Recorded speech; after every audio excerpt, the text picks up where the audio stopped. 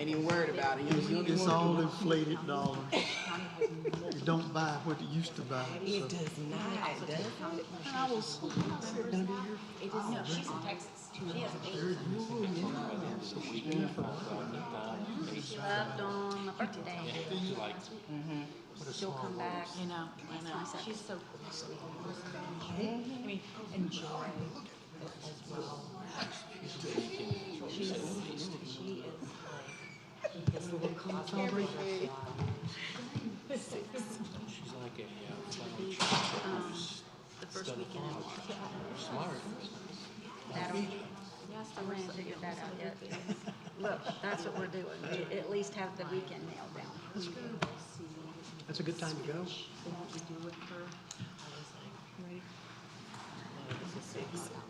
Young lady, she still wants to see me. I still want to talk to you. I said, well, you can do that, but Rings. it's going to have to be rescheduled. How are you? Yes. See, she can, Okay, so. Commissioner.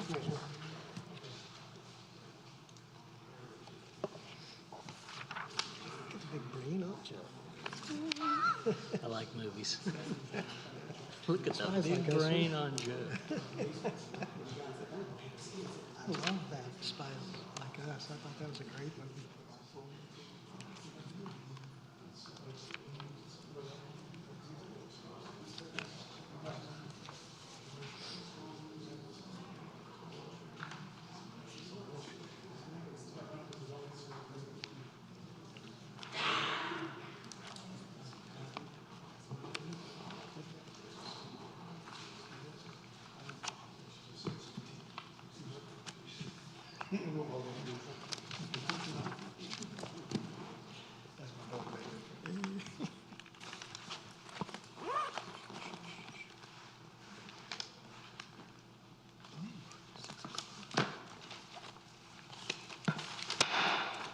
let's bring this meeting to order. I'd like to welcome everyone to the Zebulon Board of Commissioners meeting, 2/16/2023.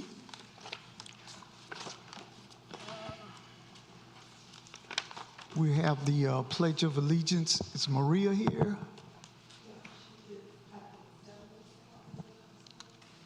I'm sorry?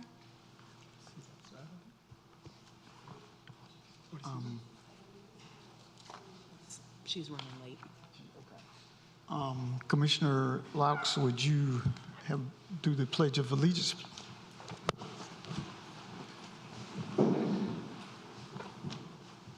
pledge allegiance to the flag of the United States of America and to the republic for which it stands, one nation, under God, indivisible, with liberty and justice for all. Thank you.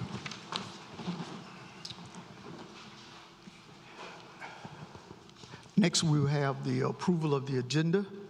Well, I would like to pull the October 3rd minutes for consideration at a later time. I haven't had the chance to thoroughly review them since it was a complete transcript, and I've already found several errors, so I'd like to have more time just to review that, please.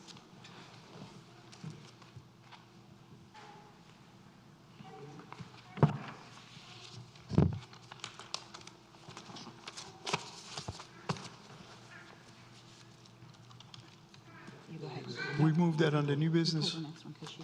No, sir, she has asked that it be removed from the agenda completely, so we'll bring it up at the next meeting in March. Perfect. Okay. Move it to March. So I'm going to add, I would like to add on kind of like a discussion about the St. Patrick's Day event, having that come back before us for approval. You want to put it under comments or new business? New business. Okay. D, we would Business. add under item D, new business. Okay.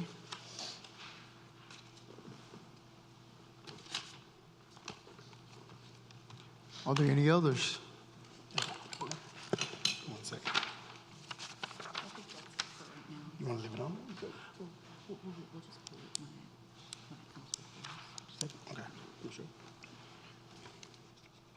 We good? I move to approve the agenda as amended. Okay, we have a motion. Is there a second? Second. Thank you, Commissioner Harrison. All in favor of approving the agenda with the changes? Approved. So moved.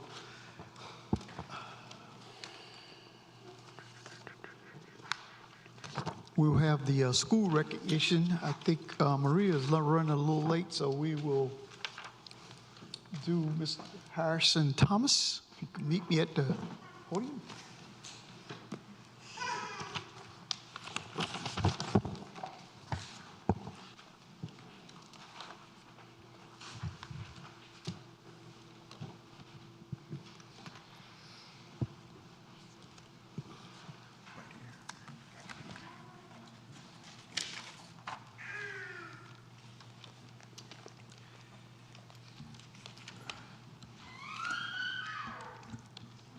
Staff recognition for Mr. Harrison Thomas. Mr. Thomas began his teaching after working as a forest technician and returning to Middle Tennessee State University.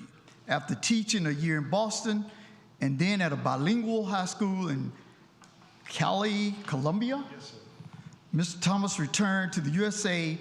While in Colombia, he met and married his beautiful wife, a middle school science and math teacher. Upon returning, they both found jobs at Franklin County Schools. Mr. Thomas then began teaching science at East Wake High School in 1998. He has taught mostly earth sciences and related classes and sponsors the Green Club, the recycling program, and has coached JV soccer. Mr. Thomas feels his time at East Wake High School was well worth the effort and is proud to serve a welcoming school, the Wendell Zebulon community. The town of Zebulon recognizes Harrison Thomas, East Wake High School, for his dedication to the school and the students on this day, February 16, 2023, signed by the Mayor, Glenn L. York.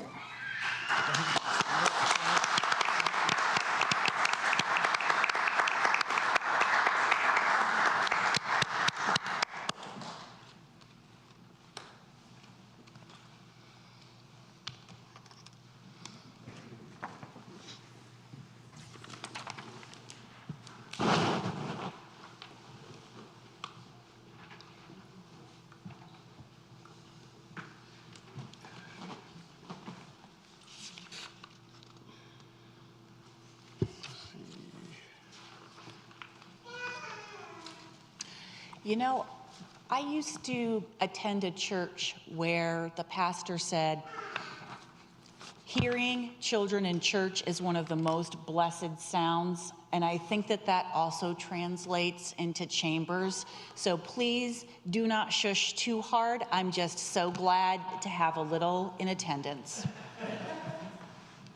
Thank you. Now we will have public comment. We have no one signed up, sir. Do we have anyone online? Public comment? Thank you. Now we will. She's here.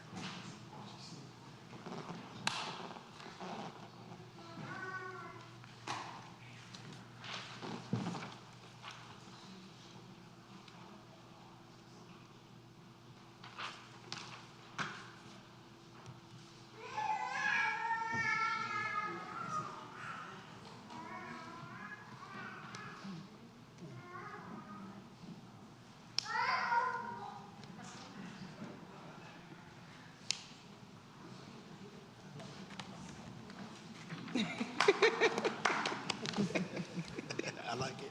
I do too. Let you catch your breath a little bit. This is our school recognition for Maria Dominguez Nunez. Maria's road to earning a high school diploma has not been easy. Luckily, in 2020, All of that changed for Maria. Since meeting the Bowser family, Maria has been learning to balance numerous challenges in life. She has used each challenge as an opportunity to learn. Yes, she made some mistakes, as we all do, but she didn't make the mistake twice. Good lesson. She learned from each of her mistakes and came out as a person who's focused and a better person. The past few months, she has refocused and made the best possible long-term decisions for her future. She is no longer thinking about what she wants to do today. Instead, she has matured into a student that is reaching to earn her high school graduation, post-high school studies, and overall independence. The town of Zebulon recognizes Maria East Wake High School and her perseverance and hard work on this day, February 16, 2023, signed by the Mayor, Glenn L. York.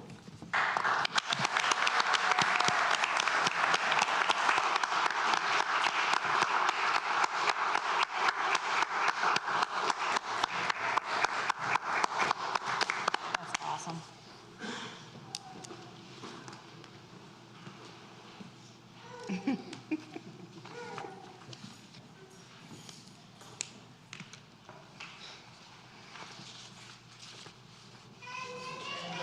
Just a little side note, Commissioner Laux has so graciously honored you with this flag lapel pin. Thank you.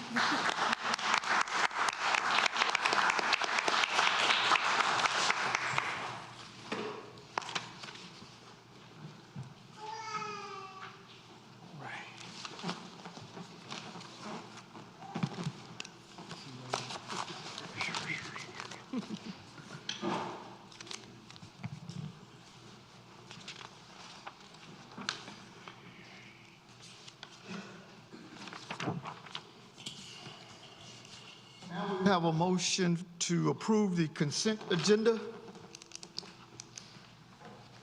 I make a motion to approve the consent agenda. We have a motion. Is there a second? Second. Do we have a second? Thank you, Commissioner Laux. Any discussion? All in favor? Motion passes.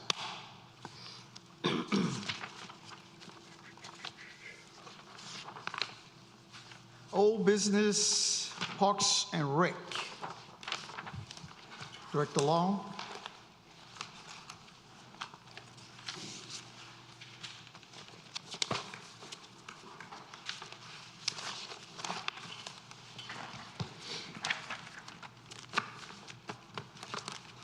Good evening, Mayor and members of the board. Thank you for allowing me this opportunity to provide updates or amendments to the special event standard. Just to review our timeline, in August, we held a work session to receive board guidance on moving forward with a special event standard. We did an initial draft for review in October at your regular meeting. It was adopted at your November work session. And we held follow-up at your January work session. And based on our discussion at your January work session, we have provided recommended edits for 2 areas. One being to provide more guidance and limitations on parades. The second area was to expand consumption and distribution of alcohol to allow liquor, because the verbiage limited it to just beer and wine. And the board indicated a desire to expand that to include liquor.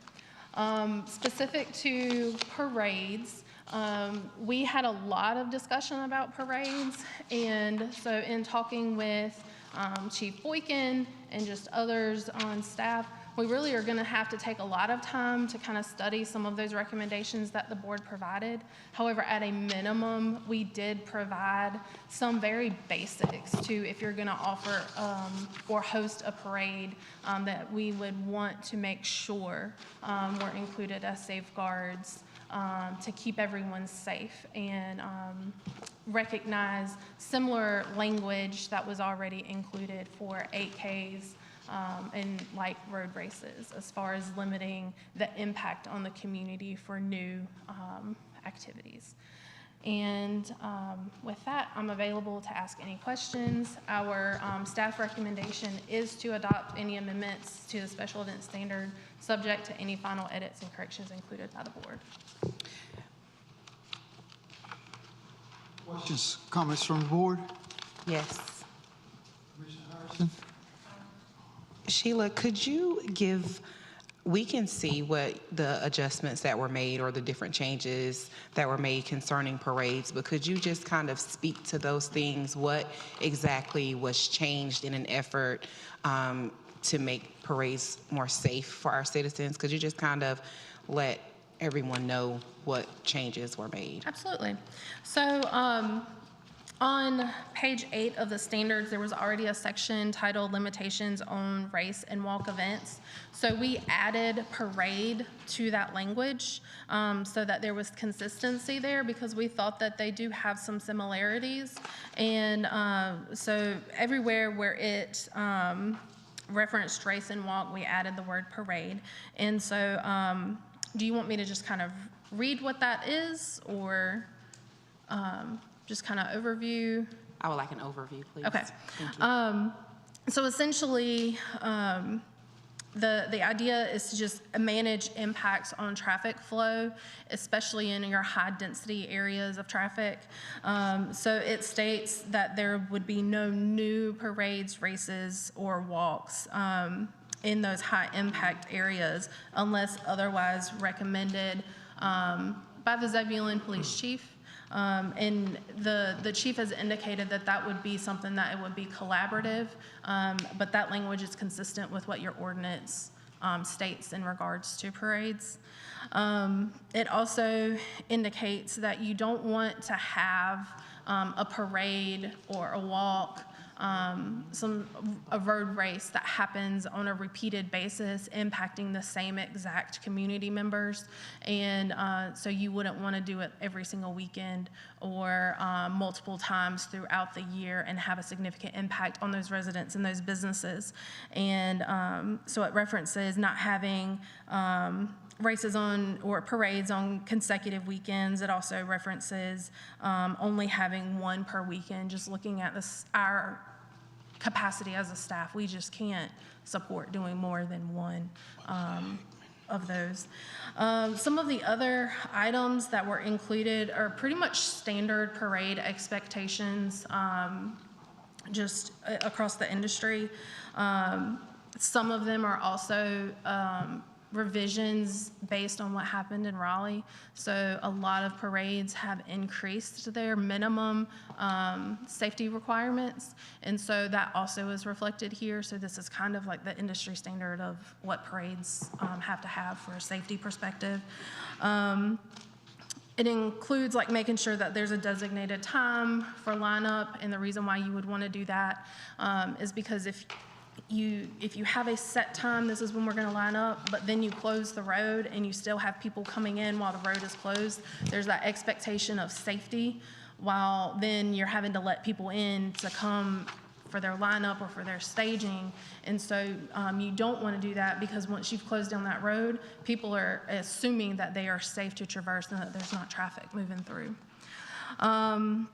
There's an indication to keep like dance groups, bands, and other pedestrians moving and not just constantly stopping, because that is definitely something that you have with parades everywhere. That's also something we heard from this board, is just making sure that they maintain a good pace. And so how you can do that is have designated performance areas, and that you have trained event workers to help the performance group know that they can stop here, they stop here for this long, but then they have to kind of catch up with the parade so that they close that gap in a safe manner.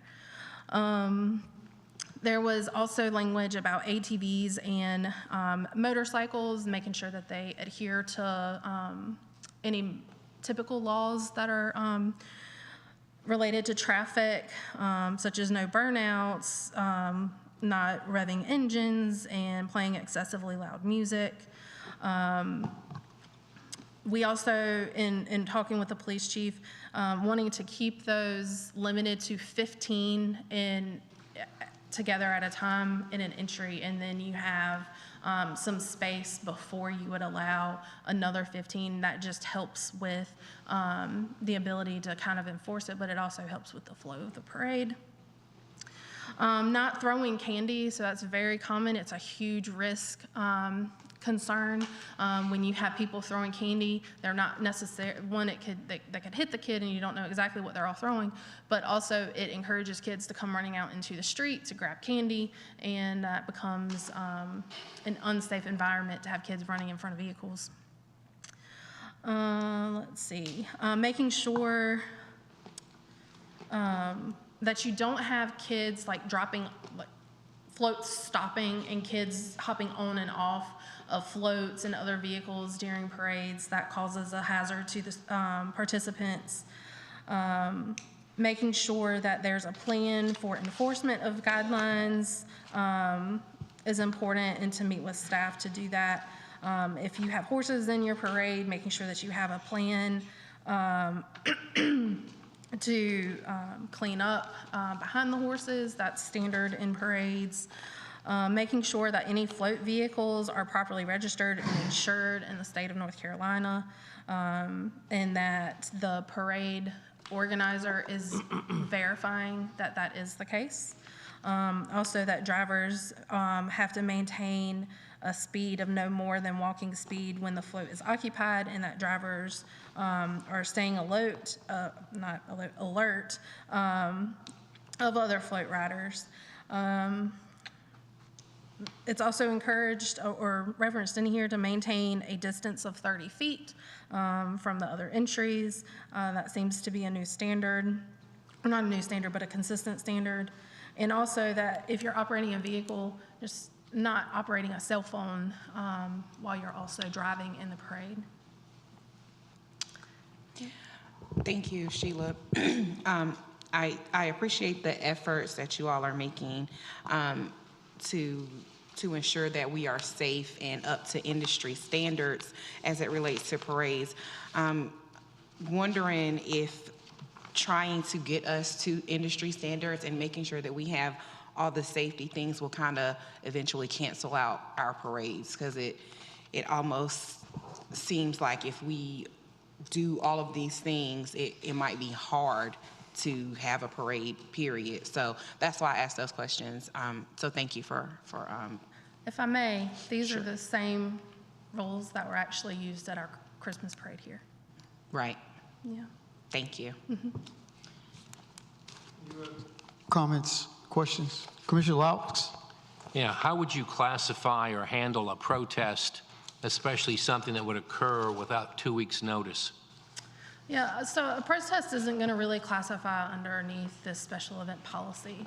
So a protest is something that usually is going to be mitigated by your police department. I don't know if Jackie would like to comment on how that's typically handled, but that's very different than in this organized event, and that it just has a different application. So I'll let Chief Boykin comment on that.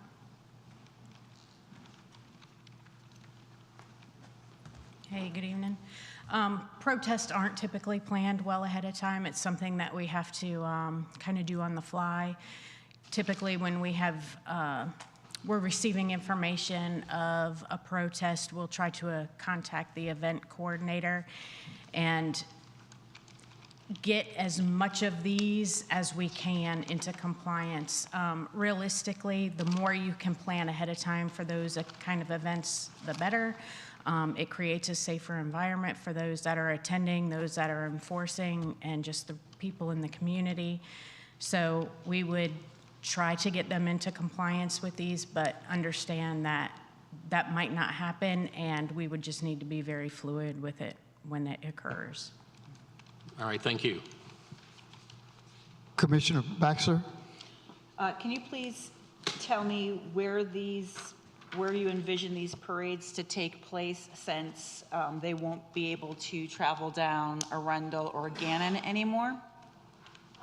Well, the language says no new, but obviously, we've indicated that more discussion needs to be had. But we also recognize that parades can come in different sizes, and they can come with different goals. And so we're not telling the board that you can't approve a future event. If somebody wants to do a parade that comes down Gannon and Arundel, and they put in their application and the board wants to approve that, that's a decision that the board can make. If a parade comes and it's small and can be confined in a small, like if it's I'm gonna give the example, Commissioner Laux has talked about a parade within a community or within a neighborhood. Like if a neighborhood wanted to put something like that on, and it required our support, I don't know what that would look like without seeing the application to be able to say, absolutely not, you can't have a parade there, or to make that recommendation to the board that it wouldn't be recommended. I don't know if that answers your question or not, but our intent is not to say that you can't approve that parade at all. But the guidance we felt we got from the board was that you did have concerns with additional parades shutting off Gannon and Arundel. Okay, so going down amongst the minimum requirements,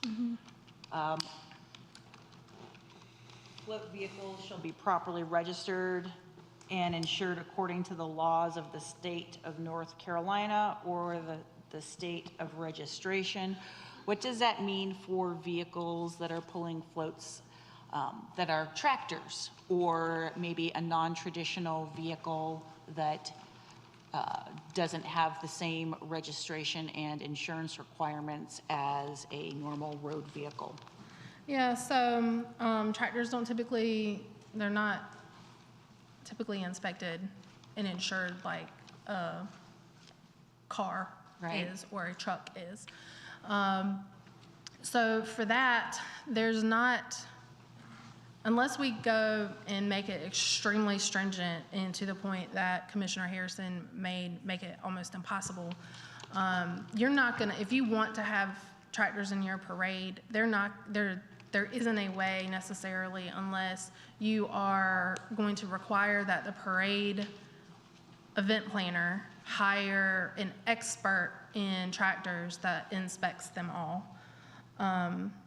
For the float piece, if the vehicle has laws that are like if a tractor is pulling a float, that tractor, based on this language, would have to follow the rules of North Carolina. And so if the rules of North Carolina don't require that tractor to have a certain inspection or a certain insurance, then the way this is worded is you're not requiring it. I just want to make sure that we are not excluding tractors through this verbiage. No, because I mean, if they're a float vehicle, I mean, that's anything that's going to be pulling a float. So if there are laws that manage it, then they're applicable in this situation. Okay. There are quite a few spots under the other expenses graph. It's not a graph, it's a table where the cost says varies. And I find that, like, I understand why it says varies, but that's going to add like a really big element of the unknown to event organizers. And I'd just like to have an understanding of whether or not it's asking too much to give some kind of like overarching broad strokes to that, so that they can, like, if we have to unload 15 trash cans, it's gonna cost you $25, instead of just saying solid waste services cleanup, varies.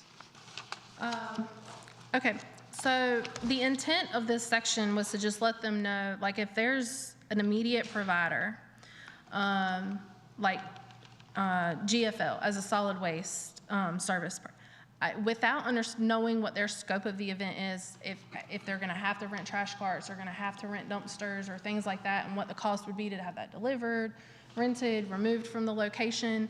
GFL is who we have under contract to provide that service for our community, and so we've placed that here, but without knowing, and those rates may vary, so I would not recommend putting it in your policy because you have no control over what they do and when they change that cost. And so we're really just letting them know this is the provider that is used by the town to provide trash service for our citizens. And you would need to contact them. So it's really just to help encourage them to go there. We do have a fee schedule for the town.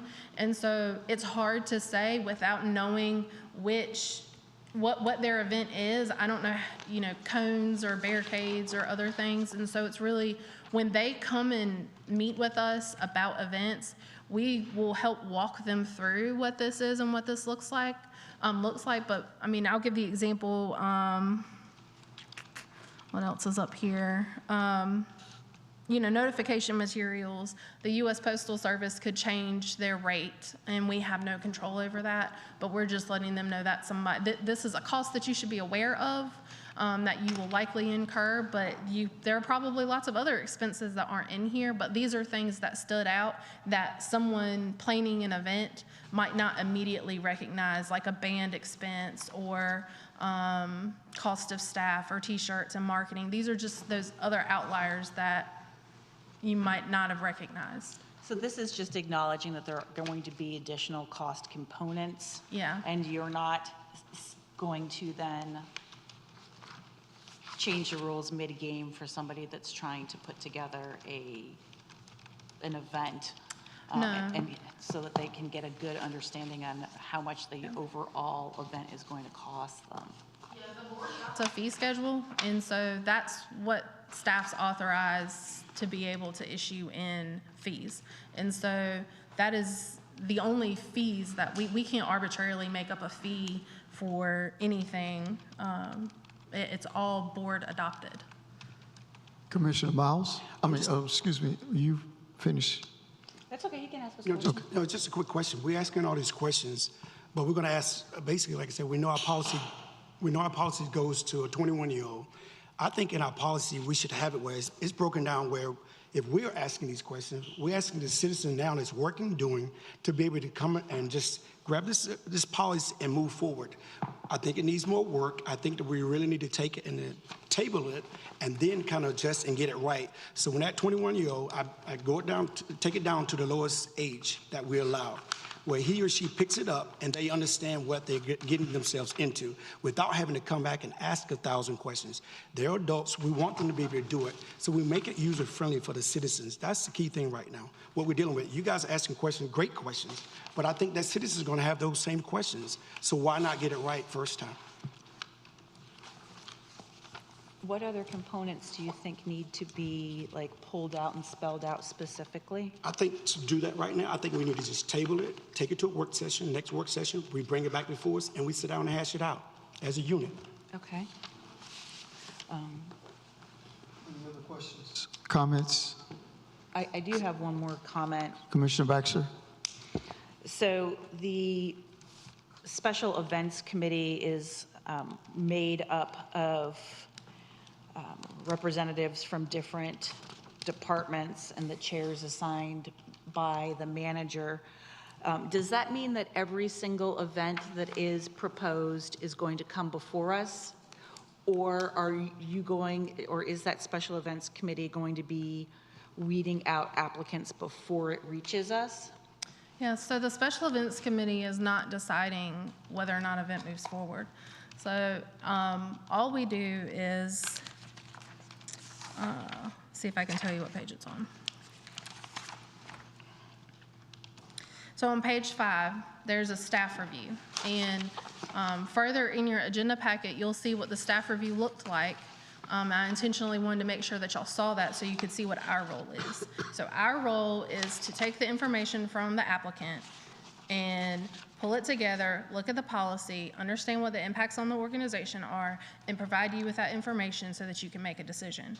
The decision is up to the board, whether or not you feel that they have met the expectations and they meet the requirements that y'all adopted for board consideration. The only way that I would see that someone would not move forward is if they did not fill out the application and pay the fees and go through that like application process that is indicated in the policy on the first page. As far as the application process, there's verbiage saying that there is no refund for application fees. And I can understand this because it takes a lot of review of the application, but I just want to make sure that we're not going to be not refunding an application fee if we receive it and they want to do something on the same day that another event is, and it's just an easy no before there's any like review process. Yeah, I'm pretty sure that we indicate in there to check, like, before you submit the application, check with us on the date. Like, we encourage that, like, contact us as soon as possible. And events are difficult, and there is no, even in the industry, and we do it all the time, there's all these intricacies that are very difficult. Even our staff, as many times as we've done Rock the Block, Candy Cane Lane, Spring Fest, all of these events that we've done, we still call these agencies that we reference in here almost every single event to just make sure that we're doing it right. Nothing has changed. So events are a challenge. They are difficult. And so it's going to be difficult to write it in a way that is very, very basic, because the reality is events are a challenge. You're talking about people closing down your streets, you're talking about them consuming alcohol on public property, and a variety of other things that are could create hazards. And so there are things that are a challenge, but staff's job is just like with the UDO. That is a document that's very difficult to understand for the average person. And so our job is to help communicate what those requirements are, to answer questions to the citizens or event planners, to help guide them through the process and provide recommendations to the board. When you put that, for me, when I look at it there again, there's going to come a day, what you see on the up here now, we will no longer be here. The policy that we're putting in place is key, that it has a good foundation for people that's coming behind us that we will never know. Mm-hmm. So for me, when you allow that human element in there, we don't know who's coming behind us. So it's key that we have that policy in place where it's not that much wiggling room, where it can be potentially like there's questions, or I don't like this organization, so I'm not going to let them have this parade or this event. So if we get it in policy, the citizens will have something in place knowing, I have this right here. I have a baseline of what they need to do and where they need to go. But if we're questioning now, the next Park and Rec director, the next commissioner comes along, may not think like we think. So it's key that we get it right in policy. That's the purpose for policies, to have a foundation. Expectations of staff are really clear. And there is no gray area, because it's either, if you're, I'm going to go with the example of alcohol. One of our considerations is if they're alcohol. It's not because we're going to recommend not to do the event. It's because there's going to be an expectation that, or a requirement of the town to include allowing that in their resolution, because your ordinance does not allow it. So there are things that we're trying to educate you in the information that we pull in. The only gray area is really on the board considerations. And we provided the considerations based on what the board told us that they wanted included under board considerations. So if y'all would like to change that, we're happy to hear how you would like to revise that. Any other questions? Comments?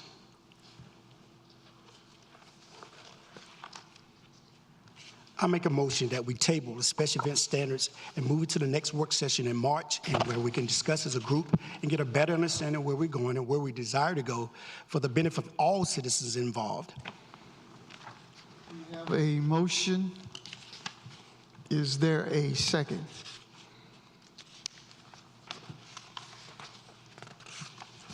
I'll second it. We have a motion and a second. Discussion. Commissioner Laux? Clarification, work session in March? Correct. Okay. Commissioner Harrison? Commissioner Miles? Commissioner Baxter? Could I ask that we have a clear understanding of what things you'd like to talk about and what additional items that you'd like to see, so that when we come to discuss this in March, we can go ahead and approve it if, once we have that discussion in March? There's a series of things in there that kind of like would like to take a look at to break it down right now. I wouldn't like to do that. I prefer, I'll give you small examples of 15 things. I know there's organizations that have more than 15 people in there. That's going to be, you're breaking that morale down of people. You understand? This is an opportunity where people are looking to be excited about something, about the community. I'm a firm believer that there again, that mantra, unity through community, where we're going to bring all these people together. When we start challenging, say you can only have 15, you can only have 5, you leave room for that human error there again, that human aspect to take place. I just want us to be able to break it down where we really feel comfortable in our discussions of what we're moving forward on and what we're about to vote on. I just want that for the citizen as a whole. And I definitely will get with you prior to March and let you know my specifics and go from there. I did that with all my board members prior to. I sent out an email. All my concerns I had before, they were not addressed. So you guys, each one have an email that I sent out. I know it outlines what my concerns were. All those concerns were not addressed. So those are pretty much some of the things that I want to address prior to approval of this. Any other questions, comments? We have a motion and a second. Any other discussion? We have a roll vote on the motion. Commissioner Laux? Favor? Commissioner Harrison? Favor. Commissioner Miles? Favor. Commissioner Baxter? Favor. Motion passes.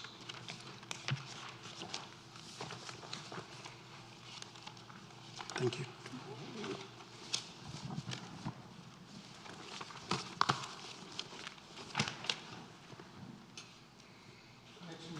Fund balance policy.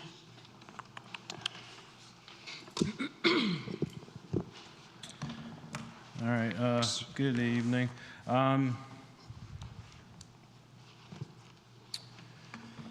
right, we're going to talk about, we've talked about it a little bit in the past as far as changing the fund balance policy to maybe update it. You'll see before it was adopted, the current policy was adopted in 2011. That policy is using one distinction of fund balance, that is unrestricted fund balance must be at least 50% of projected expenditures. Just a refresher, the unrestricted, what that includes is assigned, unassigned. Unassigned is free from all other strings that are attached to it or restrictions. And it also includes committed pieces. These are things that are set aside for future, like capital projects, buildings, fleet, transportation projects, things like that.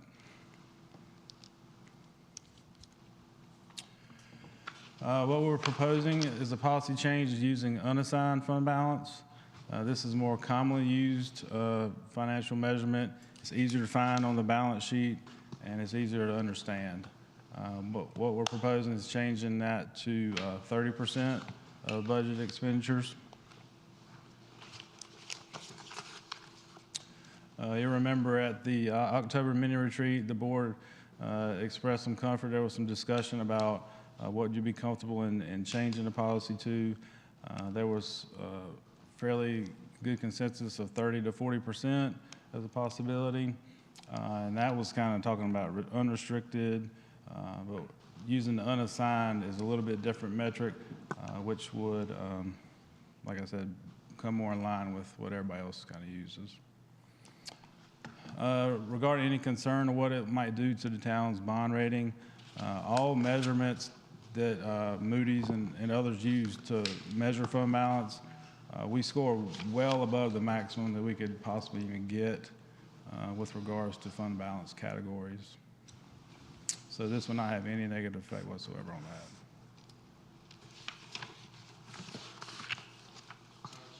The measurement used and the policy to 30%, what that would do would free up approximately $2.7 million in available funds for appropriation.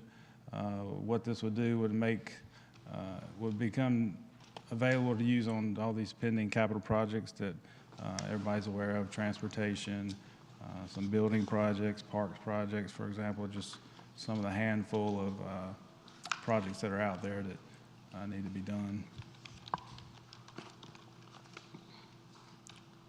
For you in your packet, Resolution 2023-20.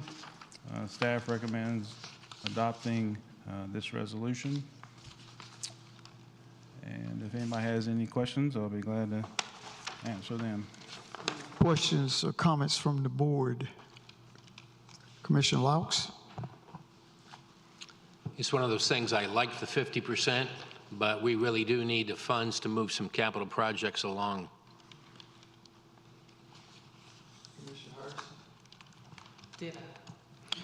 Commissioner Miles? I agree. Commissioner Baxter?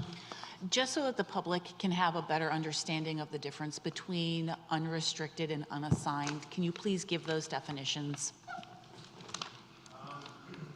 If you're looking on a balance sheet, you'll see at the bottom, the CAFR is online too, if anybody wanted to ever look at it. I'm not sure the page it's on, but it's on the balance sheet. There's assets and liabilities, and then on the bottom there's fund balance. And what's listed first is all the restricted pieces. Some funds are restricted of their use, transportation impact fees, power bill money, the gas tax. Those can only be used on certain things. And then there's other pieces that are in a committed category. Those are like capital improvements, fleet improvements, stadium is one of the categories we have. And then you have assigned, which is what's used to balance the budget for this year. What the balance sheet is a snapshot of June 30th, 2022, in this example. And assigned is what's used to balance the FY23 budget. And then unassigned is what's free and clear, available for additional appropriation for projects like this. And so we're really going to just see unassigned fund balance, most likely just this year, because moving forward, we're going to be paying special attention to the 30%, and I'm assuming that all of those funds are going to be assigned through the budgeting process. Correct or incorrect? You mean changing the policy? Okay, so what changing the policy would do would free up the use of some of that unassigned fund balance for right now, right. The 2.7 million, but we would be using that, and then going forward, we're really not going to have anything that is going to be unassigned, because through the budgeting process, we're going to be assigning places for all of those funds, correct? Yes and no.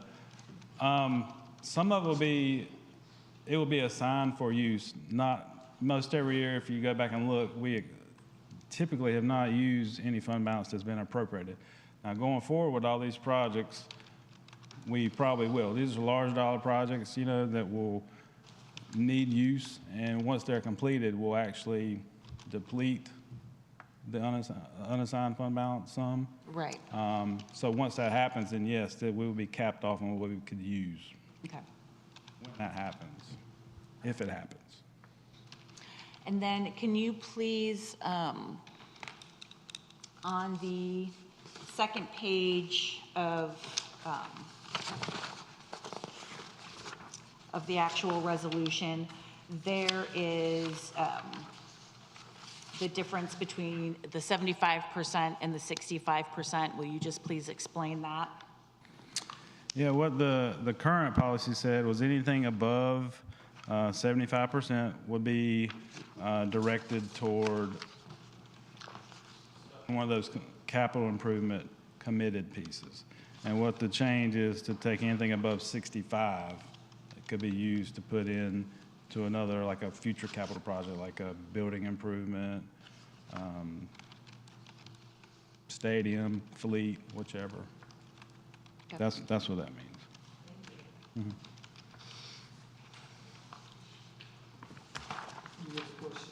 Comments from the board?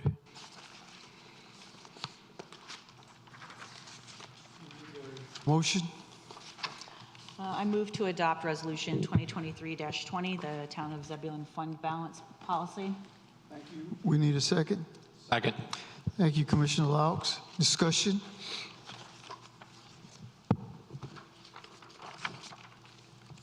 We'll do a roll vote. Commissioner Baxter? In favor. Commissioner Miles? Favor. Commissioner Harrison? Favor. Commissioner Laux? Motion passes.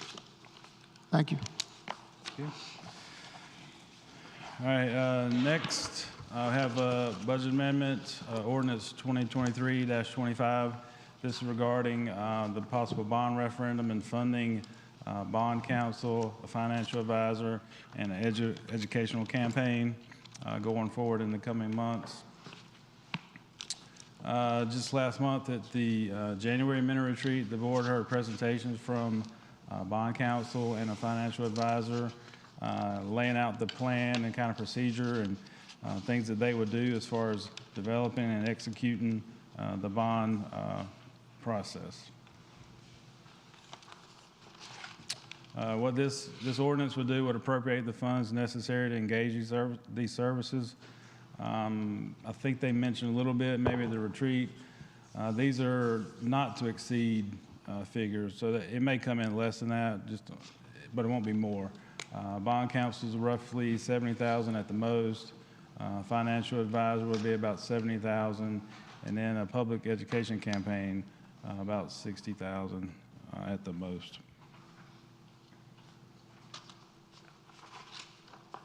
So the staff recommends adoption of ordinance 2023-25. And if anybody has any questions, I'll be glad to answer them. As far as the bond council, have we already kind of like solidified the people that we're going with? Or are we kind of like in the searching phase for that? No, we haven't signed any kind of engagement or contracts with anybody yet. We're just doing a guesstimation on the 70,000 then, as you Right, said. all right. Do you have a rubric for what we're going to use with that selection process, during that selection process? Not yet. I don't know that we were going to do any kind of request for qualifications. And I need to point out too, let's say the referendum doesn't pass, for example, it would only cost about $12,500 for all the preliminary work that they do up to November, for instance. If it doesn't pass, we're only out $12,500 at the most. It wouldn't be 70. So why would we not request qualifications from these people that are going to be helping to counsel us not only on the bond, but then the financial advisors? I'm sorry, I don't understand. We can. Eric can maybe speak to better. I'm not sure the amount of bond counsel in the area. For example, Paul Jacobson with Sands Anderson, this is something he does a lot of. Eric, is it common to have, is there a lot out there? The bond counsel is very limited in terms of the choices, and the ones that have the experience are very well known, not only to the communities that engage them, but to the local government commission. They are the ones that would actually disqualify someone if they weren't adequately experienced in the matter. I assume it's the same thing with the financial advisors as well. That's a long way of saying that most people know who they are, and if they've done this before and if they have a good reputation, the local government commission is going to give them a stamp of approval. So I think we're in good shape without going through the extra expense and administrative burden of sending out a request for qualifications. There are only a few of them that do it. Okay, thank you. Questions, comments? I'd just like to know a little bit about the educating campaign. What would kind of consist of an education campaign? What would that kind of consist of? Can you paint a picture for me on that? Well, we're not allowed to promote or, what's the word I'm looking for? We're allowed to educate only. We can't campaign for the bond referendum. You could just educate, okay, here's what we're going to do with the proposed $10 million that we're going to issue in debt. We can't say, you can't be a cheerleader for it, for instance. You can just educate, just strictly facts. And the firm would do, they do this all the time. They put together videos, literature, things like that to give out to the public, put online, things like that. That would just, okay, here's what the proposals do, north of Rendell, widening, for instance, just things like that. They can't promote it, or we can't promote it. But just be various, just depending on what the board chooses for the purposes. And then they would put together with facts, basically. Last say on picking the council, the advisors, and campaign, that would be your section, the finance section, or who would that be? Possibly. I'm sorry? The bond council and, yes. So your section would do that? Any other questions, comments? Baxter? So, then I understand that the firms that do put together these promotional, educational videos about the bonds, it's the same situation as with bond counsel and the financial advisors. You're just going to pick somebody who has done it in other communities, or is there, I want to know that we get the person that's going to be doing the best work for us, and how, what does that look like, for us, according to you? I mean, like, as far as who it would be, I think the name, is it AECOM, right, or something else? This is a firm we've talked to. They've done a lot of campaigns, campaigns for Garner, a lot of local towns, similar campaigns and educational pieces for bond referendums. Sorry, their name is? There are several. So for something like this, you would put out an RFP. So there are several organizations. We have at least had a conversation with the organization that did our Little River Park plan, just to understand what would be included in something like this. It was a favor that they did for us to just help us understand, with a park bond, what that would look like. And so they provided some information to us, but ultimately we would need to put out an RFP with specifics of what we were looking for and what qualities we're looking for out of an organization that would do this for us. Okay, and so how would the selection be made, and who is making the selection of the final educational provider? So typically when you put up RFP together, you identify the specifics of how you're going to rank what you receive.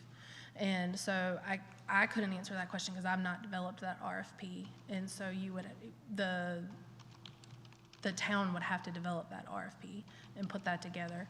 And then there's a selection committee that whoever's leading the process would identify with the manager. Commissioner Miles? Can you elaborate who's on that selection committee for us in the town? It varies. Well, there is not one right now. There's no committee right now. Typically, who is on it then? I think she said we did it with the Park and Rec. The Little River. Is there somebody else? I can speak to with the Parks and Rec master plan. So we included people that would be impacted by our master plan. There were representatives from the Parks and Rec department, I believe the planning department, It's been a while, so I can't remember, but we included other departments that would be impacted by the work that was being done by the plan, that would have to work with these consultants, and that understood our community and how to best work with our community. And so that's what this, like, when you put together this proposal, your selection committee, in my opinion, would reflect whatever bonds you decide to go after. So if it's transportation, fire, and Parks and Rec, you would want representatives from there, but you would also want to make sure, like, they're going to make sure that the selection is going to reflect the community and be able to communicate what you're trying to accomplish to the community effectively.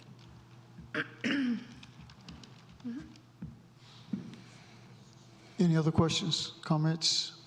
Commissioner Laux? And we're basically just doing a budget revision here to fund these people, and I am putting faith and trust in people who have far more knowledge of selecting the bond counsel and advisor than I have, so I do have faith in staff and the attorney. Commissioner Miles? I want to be made known, it's not about not having the faith. It's just for me for understanding as well. New to the board, the process. Also for the citizens that watch, I'm sure. I'm saying there's some out there possibly have the same question like I have. Just want to get that complete understanding so we can break it down to the basics. Something that we may take for granted, somebody else may not know. Thank you. Agree. Any other questions, comments from the board? We need a motion. I move to adopt ordinance 2023-25, bond referendum funding bond council, financial advisor, and educational campaign. Commissioner Harrison, we need a second. I second. Thank you, Commissioner Miles. Discussion? Roll vote. Commissioner Baxter? Approve. Commissioner Miles? Favor.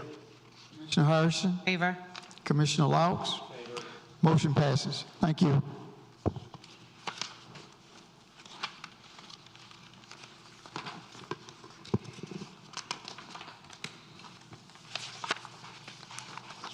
Meeting schedule amendment. Good evening, Mayor and members of the board. You have two decisions before you tonight regarding your meeting schedule. Both of them have to do with the start time of meetings. So the first decision has to do with the start time of next week's meeting, Thursday. Originally, it was scheduled as a mini retreat, but since the regular meeting got moved tonight, and tonight was meant for a work session, your topics are going to be work session topics, so you don't need to meet off-site. You can meet here. And one of our speakers had to reschedule as well. So the first question for the board, and it would require a motion, is do you want to move or change the start time of next week's meeting? Currently, it's scheduled for 9 a.m. Staff anticipates that you'll need between 3 and 4 hours for the topics that we'll bring before you. Commissioner Baxter? I have moved forward with the help of Ms. Markland to get enrolled in a School of Government course on that day with the anticipation that we were going to move this. The time of the course is from 9 until 2:30, I believe. And so if we could, if we do decide upon something, if it could be after 2:30, more convenient, I think, would probably be 3 o'clock. That would allow me to fully participate in that training. Thank you. Any other questions, comments? I think also that day we have the career field at the East Wake, I think, for a series. That's from 8 to 1. Right. At East Wake High School. Correct. Questions, comments? So I think the motion would be for 2 o'clock or 3 o'clock? Which one was it? Well, I would like to, this is just the first component of this. Okay. And if we could set the time for 3 o'clock, would that work for everyone? Can you get here in 30 minutes? I'm so sorry? Or is that enough time for you to? It is an online training, so it should be fine. Okay, cool. I'm open to doing it later, but I think I can do it as early as 3 o'clock.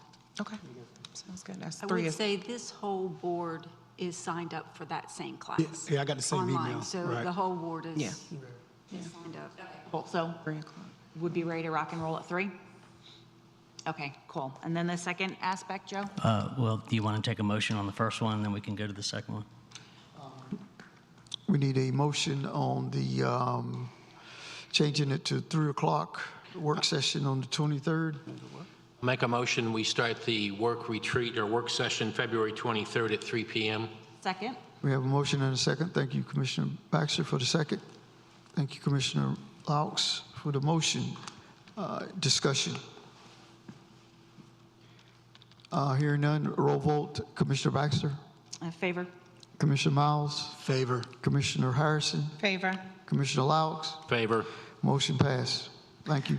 The second discussion before the board is when to, or if to, change the start times of your joint public hearings. The board has moved up their regular meeting times from 7 o'clock to 6 o'clock. And typically your joint public hearings have started at 7, and just to maintain consistency with the start time of your regular meetings, the question before the board is if they want to move the start time of their joint public hearings from this point forward up to 6 o'clock. And again, that will require a motion. Questions, comments? Do we have feedback from the planning board?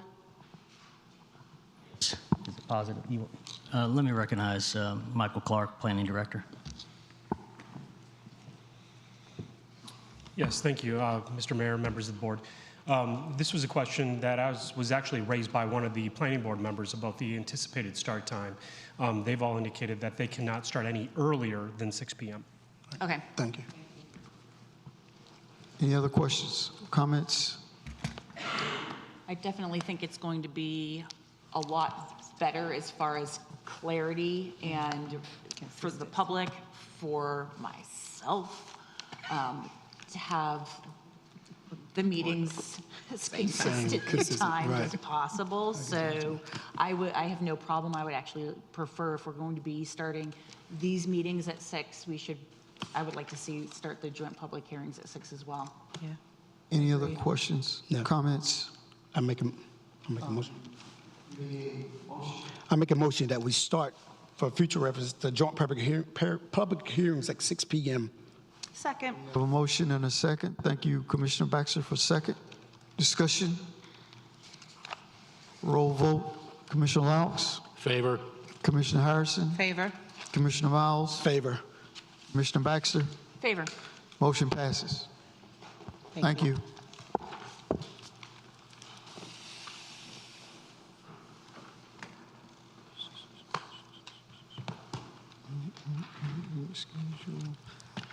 Next, Parks and Recs Resolution 2023-21 8K kickoff race. Director Long.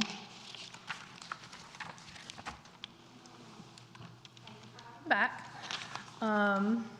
So we've got 2 events. So this is the first review period underneath your special event standard that we've gone through. And so we've had 2 requests come through. And so the first one is the 8 kickoff event. The applicant is the Boys and Girls Club. The event date is Saturday, September 9th, 2023. The event setup is 8 a.m. to 10 a.m. The event time is 10 a.m. to 1 p.m. The breakdown is 1 p.m. to 2 p.m. And the activities of the event include the 8K race, food, drinks, and music. I think it's important to note that this race is just a reimagining and expansion of the 5K Zebulon. I think it was called Zebulon Takes the Cake. Is that right? Zebulon Takes the Cake. So will there be cakes? Answer that question. I feel like I want cakes. What? Yeah. All right. Yeah. The Women's Club, I believe, did a great job with the cake. The proposed route, so we actually began working with Mr. Hanlon here, representing the Boys and Girls Club. Gosh, I think we started talking August or September of last year, trying to just identify what a good route would be. We looked at options to do a 10K, but there's a lot of traffic issues related to Gannon and Arundel that there just wasn't a good route for that. We checked other areas in the community and we just couldn't find one. So Mr. Hanlon returned with this recommended route that PD and myself took a look at to do an 8K. There was an interest in transitioning from the 5K to an 8K because there were a lot more opportunities for 5Ks in the area, and that runners are really looking for something a little bit more, and so an 8K is something a little bit different if we couldn't do the 10K. And so there was thought into how do we engage that community, the running community, those interested in such activities, but also bring people into our community from outside. Mr. Hanlon was sharing with me the network and the amount of people that this race and just offering this race in our community would reach. I believe you told me it was about 60,000 people.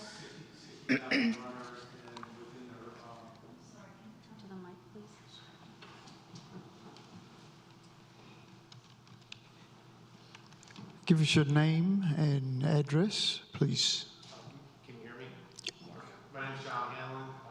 Live here in Zebulon at 225 Leghorn Drive, Zebulon. Been here since 2004. And so, I don't know how much you want me to get into the weeds on this, but my wife and I started the 5K race in 2006. We did it through the Chamber of Commerce. It benefited for the Boys and Girls Club. And we ran that for about 10 years. 2016 was when actually we did it. And then the Chamber took over the race and ran, the last race was 2019. So we wanted to bring the race back to Zebulon, and we're going to run it through the Boys and Girls Club. And I looked at Wake County, Franklin County, Nash County, Johnson County. I looked at the months, what kind of races they have, 5K, 8K, 10K. And September was the best and added an 8K race. So what I did was I looked at our former 5K race, which has been adjusted many times, and calculated out how an 8K could work. So the biggest piece of the adjustment is the Arundel Avenue, the one lane closed on Arundel Avenue from the City Hall complex up to North Street. That's the biggest piece that gives us that straightaway for the start and for the end. And then we'll have our event on the complex front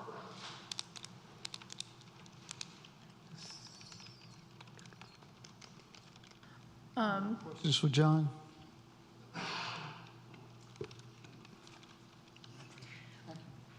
Just touch, it's through Precision Race, who's done our timing before. They do a lot of timing here. They don't allow new races to be involved in their race series because they want you to be well established. But since then, we had a 5K race here before, and they helped me run a relay race in Wake Forest. They're waiving that requirement, so we're going to be rating it a series. So that's what the marketing is, that it goes to 60,000 runners, and then they have about 10,000 runners in the race series that run multiple races. So that's where it's coming from. And so the official times will transfer for those runners that participate? Yes. Okay. I was at an awards banquet they had there downtown Raleigh. What they did was runners that participated in many of the races, and for the age groups, they got a special award. Also, they get free race entries into other races. So it really reaches out. And the Boys and Girls Club also has a Gobblers Run in Wake Forest on Thanksgiving Day. And then they also have a race in Raleigh called Day of the Dead. Derek and I both ran in Raleigh. We both ran in Day of the Dead. So that's also reaching out to the Boys and Girls Club community. We're going to create a series within the series for the race. Awesome, thank you. Any other questions for John? Thank you.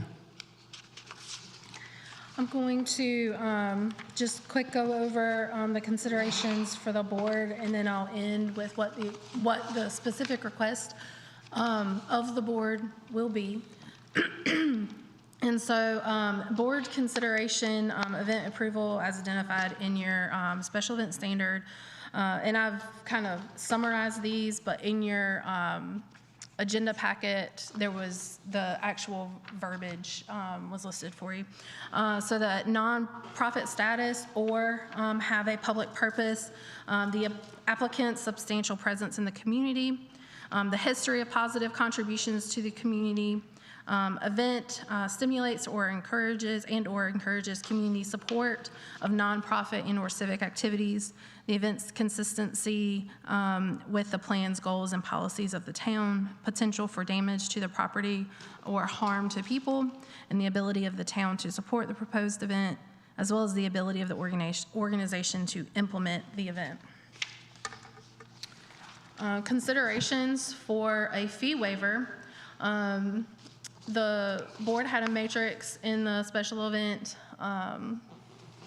policy, and so the areas that were included for fee consideration included represents a nonprofit organization as defined by state or federal law, Zebulon-based group, chapter organization, community-focused event, recreational event in nature, event is open to the general public, has a purpose to facilitate a positive impact on the community, as well as meeting the strategic plan.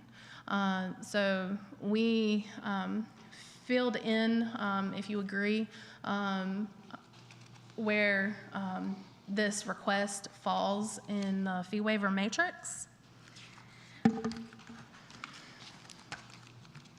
The specific request of the town is to authorize use of the municipal complex, to authorize distribution and consumption of alcohol, to authorize temporary lane closures, as well as to authorize a fee waiver, which was requested, and the letter of request was included in your agenda packet.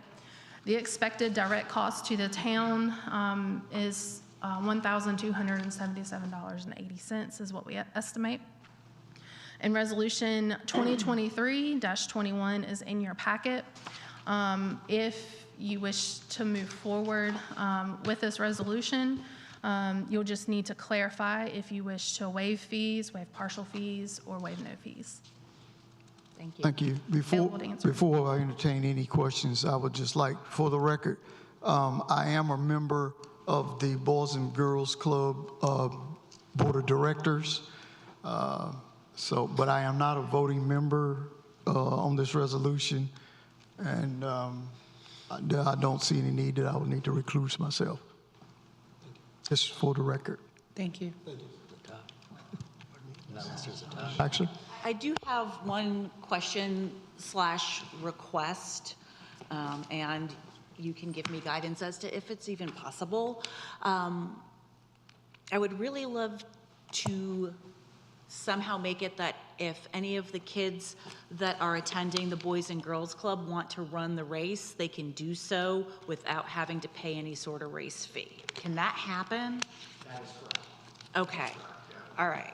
Fantastic. What's great about the race too is we can have the parents and kids volunteer at certain stations, so it's really the community involvement, especially to be able to get the Boys and Girls Club really heavily involved. And the Wake County Boys and Girls Clubs will come out and help support too. So, but yes, the kids can get it for free. Okay, that's fantastic. Commissioner Miles. First, I'd like to say I appreciate the hard work that's been done in planning this event so far. Sounds exciting. Couple quick questions. In the staff review, Sheila, on number 4, it's talking about a temporary waiver of the town sound ordinance. I had a citizen reach out and ask me about the sound ordinance and where it can be found online. So the sound ordinance is handled by the Zebulon Police Department, and Jackie, do you want to reference that? It's, the sound ordinance is found within the town's ordinance.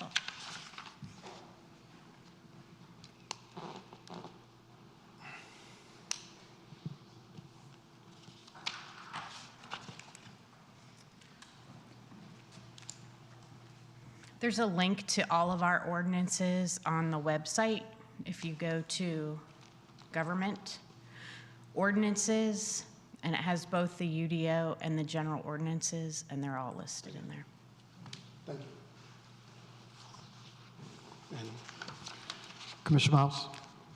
In a situation where, say they didn't grant that the temporary sound ordinance, what an alternates does the event organizer have? Is there something they can say we didn't go with, they didn't seek that approval? What is the alternate for what they can do? Alternative that they could have? Wouldn't have amplified sound.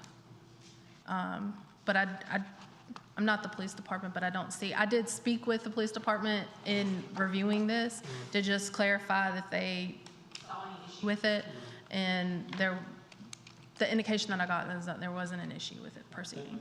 Thank you. Also, one word, in number 6, the police department requires one off-duty officer to manage the lane shift and the 8K, almost 5 miles route. Roads closed. Road races I've ran in also require either police or volunteers at every turn to ensure the safety of the runners. How will we ensure the safety of the runners with only one off-duty officer?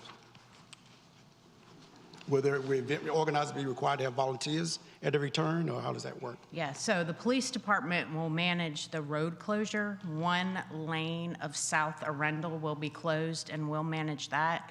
But the organizer will be responsible for routing the runners throughout the race. Okay, so they're going to have volunteers at each kind of turn or whatever, please? In the past, we have a lead for the lead runner that runs through that. We have volunteers at every section where there's got to be a turn. And also we have a water station that will be out there. And what we've done also is, because of the road course, it's an upper-lower, and usually we have volunteers on bikes that will circle on the upper side and the lower side to make sure everything's running smoothly. That's our key thing, is less impact on the community. We really want them to come out. So I think the town, if this gets approved, has to send out a letter to the neighborhood to let them know what's going to happen. But us at the Boys and Girls Club, we're also going to send something out because we want them to come out and watch the race. But yes, we'll be volunteered in all the sections that need to be directed. Thank you. Commissioner Laux? A couple more questions about the race. Our town also likes to promote walking and bicycles. Is there opportunity for walkers to participate in 8K and I'm thinking children on bicycles to also be involved? Yeah, so bringing this back, when we had the 5K, we did a 5K with 1 mile walk for the kids. So bringing this back, and we're changing it in 8K for this first year, we just want to do the 8K just so we can see how the dynamics work on it. Bicycle, that's, that might be in the future. We will do like 1 mile and come back for the kids, or the little kids 1 mile. All these races people walk, so we're anticipating that people will walk the 8K. So yeah, that won't be anything different, but we just wanted to keep the first part simple and then see how that works out, and then we can add pieces to it as we go. Excellent, thanks. Commissioner Baxter? Guys, I'd like to waive the fees for this. I think that it absolutely fits with what we're trying to do in the community, so. Anytime that we, More discussion. Commissioner Harrison? I think anytime that we have an organization like the Boys and Girls Club that serves such a large majority of our students and kids, that waiving the fees is extremely appropriate in this case, so. Commissioner Miles? I'm thinking fine. Do you want a resolution? See request? if No? anything else from the chief or? Just when you make your resolution, if you'll remember to include whether or not you want to waive fees. I can do that. We need a motion? Okay. I'd like to move to approve Resolution 2023-21 and waive the fees for the event. We have a motion. Do we have a second? Okay. Thank you, Commissioner Miles. Discussion?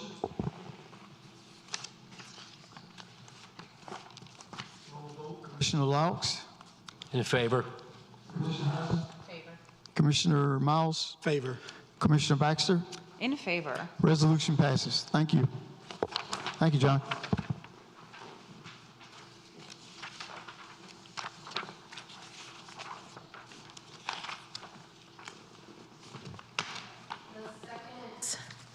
Event we have before us is an event application from Rounded Third LLC, which is also the Fall Line, for Cinco de Mayo. The event date is Friday, May 5th, 2023. Event setup is 1 to 3 p.m. Event time, 3 to 9 p.m. Breakdown is 9 to 10 p.m. Activities include live music, kid activities, vendors, and food trucks. I have included a map that I hope better clarifies the space of the alleyways that's being requested in this event request. There's also a layout, intended layout from the Fall Line of how they potentially envision the setup of their event to move forward. As a reminder, board consideration for event approval is that there's nonprofit status or public purpose, the applicant's substantial presence in the community, history of positive contributions to the community. The event stimulates, encourages community support of nonprofit or civic activities. The event's consistency with the plans, goals, and policies of the town. Potential for damage to property or harm to people, ability of the town to support the proposed activity, as well as the ability of the organization to implement the event. The specific request of the town is to use the alleys located on the eastern 100 block of North Arundel Avenue to distribute and to be able to distribute or consume alcohol within that space. Resolution 2023-22 is available for your consideration. I'm also here to answer any questions that you may have. The event organizers are also here if you have questions for them. Questions, comments? No questions. I endorse it. Commissioner Harrison? No questions. Commissioner Miles? None for me. Commissioner Baxter? So this event is just going to be like just a larger service area for alcohol consumption? I just didn't see anything in here like listing specific other activities. So they're going to have a band, kid activities. I believe in my discussions with the Fall Line, they are working with Rosita's to try to make sure that there's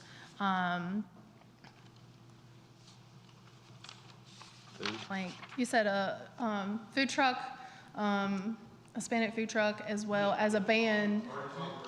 Yes. Mike. For the record, your name, address?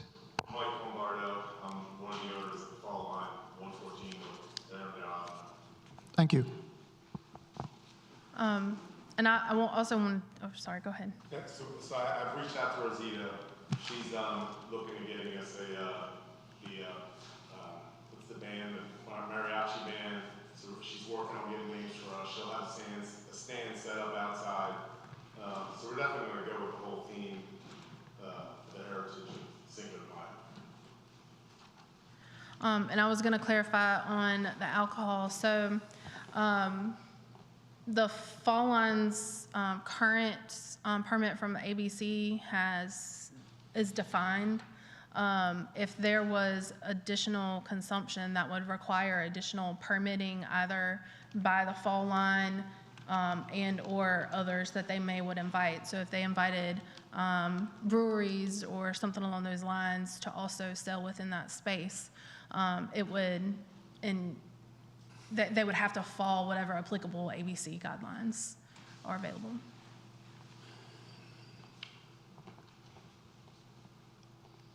Any other questions, comments? The board? Thank you, Mike. We need a motion. I make a motion that we approve Resolution 2023-2022 Cinco de Mayo event, waiving all fees. Second. Motion and a second. Thank you, Commissioner Baxter. Wait. There wasn't any fees, yeah. We're not waiving We're not fees, waiving. though, What kind right? What kind of fees associated with it? Well, they've already paid like the I mean, everything that's application fee there, and I'm saying- we can't waive them because they're not a 501c3. So this is just asking for, correct me if I'm wrong, this is just to hold the event? There's not a fee waiver attached? So there wasn't a request to waive the fees, but, I mean, I'm just like anybody, they would love to have their fees waived, right? What kind of fees associated with that, Sheila? What, do you have kind of guesstimation of that? So in the staff review,